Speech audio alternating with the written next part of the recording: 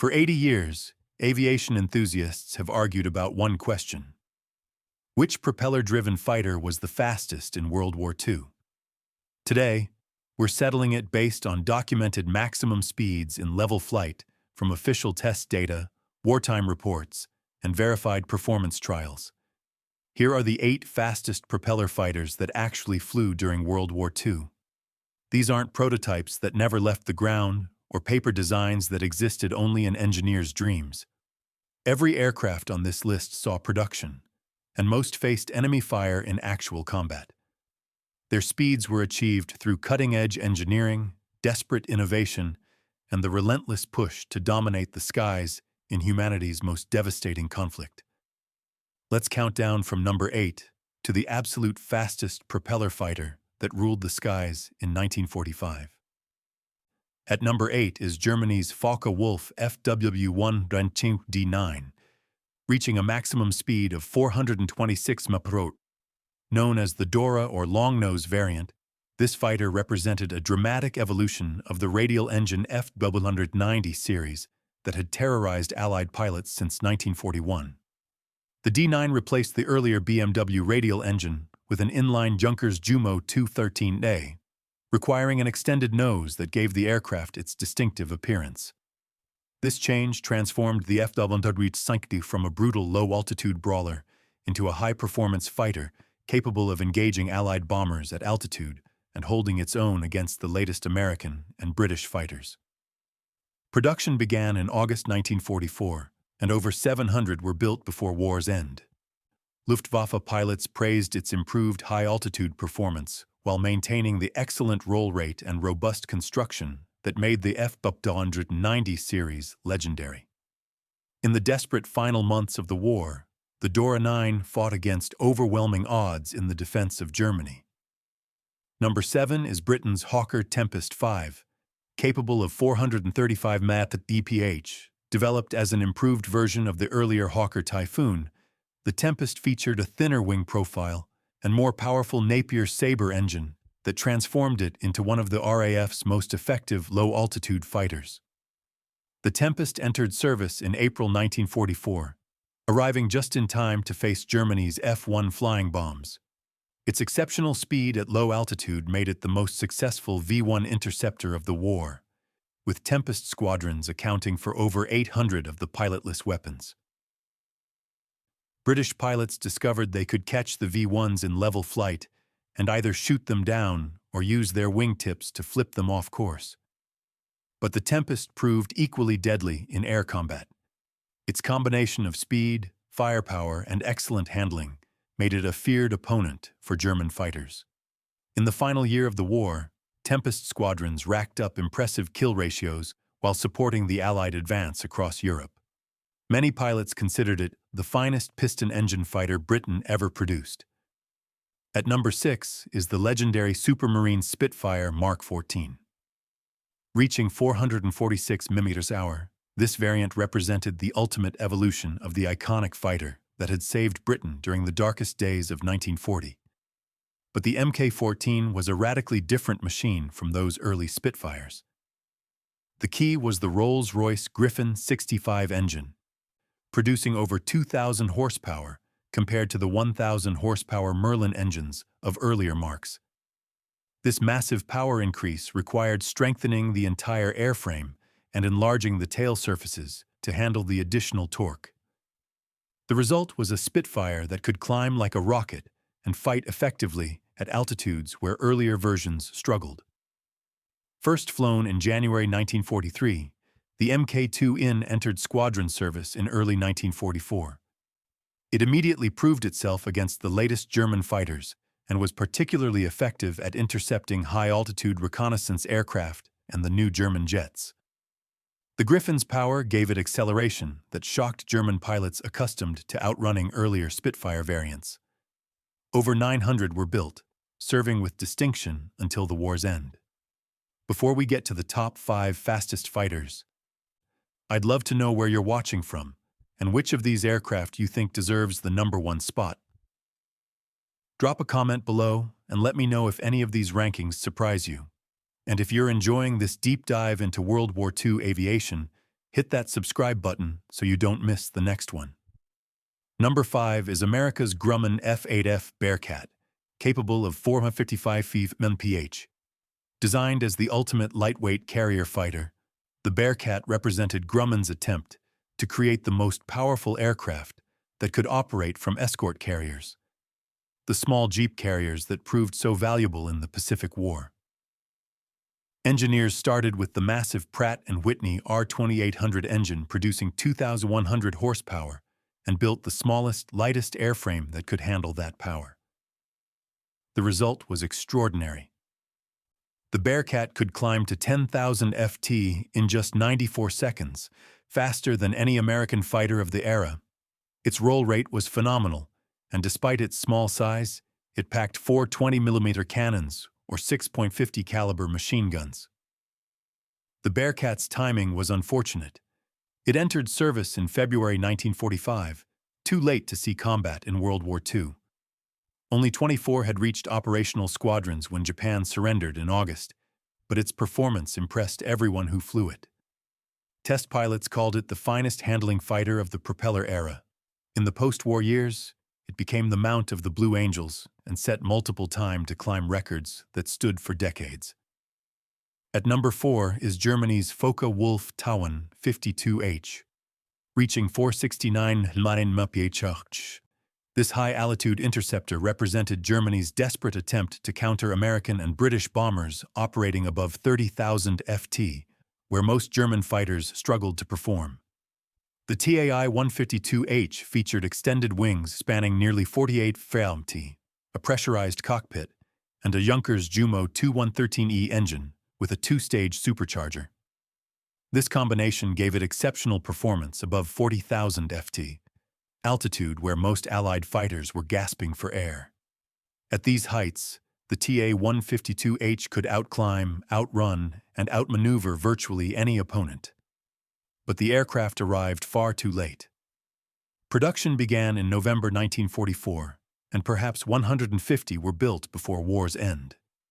Few reached operational units, and even fewer saw combat. Those that did earned respect from Allied pilots who encountered them. On April 14, 1945, Oberfeld Weibel Wilke, flying a Tu-152H, engaged 4 P-51 Mustangs at high altitude, shooting down 2 and damaging a third before escaping, a testament to the aircraft's capabilities. The TA-52H symbolized Germany's technological desperation in the final months. It was an outstanding design that arrived when Germany lacked the fuel, pilots, and infrastructure to employ it effectively. What might have been a game-changer in 1943 became a footnote in 1945. Number 3 is the Republic P-47M Thunderbolt, capable of 472 mph. This specialized variant of the famous Jug was built for one purpose: catching and destroying Germany's fast, high-altitude fighters and jets that had begun appearing over Europe in late 1944. The P-47M featured a specially modified Pratt & Whitney R28057 engine with an improved turbocharger system, water injection for emergency power, and various weight-saving modifications. These changes transformed the already fast Thunderbolt into a high-altitude interceptor that could engage German jets and reach speeds that shocked pilots accustomed to flying earlier P-47 variants. Only 130 P-47s were built, entering service in December 1944 with the 56th Fighter Group, the only unit to operate the type. The 56th had specifically requested a faster Thunderbolt to counter the increasing German jet threat. In practice, the P-47M proved temperamental. Its high-performance engine required meticulous maintenance, and early models suffered from severe engine failures that grounded the fleet for weeks.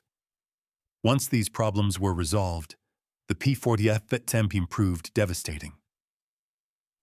It combined the Thunderbolt's legendary toughness and heavy armament with speed that could match or exceed virtually any German piston engine fighter.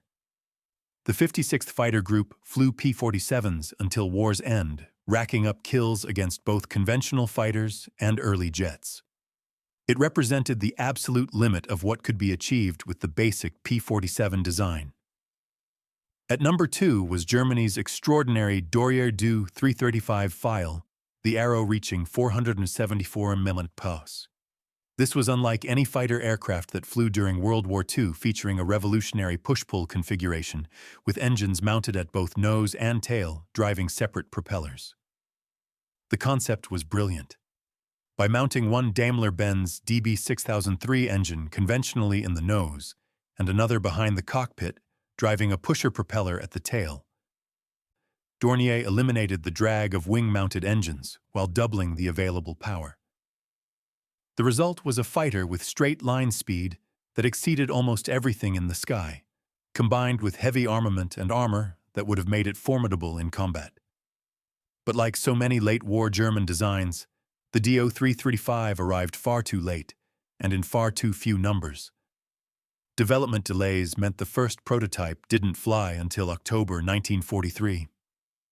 Production aircraft began reaching test units in early 1945, but perhaps only 37 were completed before the war ended. None saw genuine combat, though several were evaluated in high-speed trials that confirmed their exceptional performance.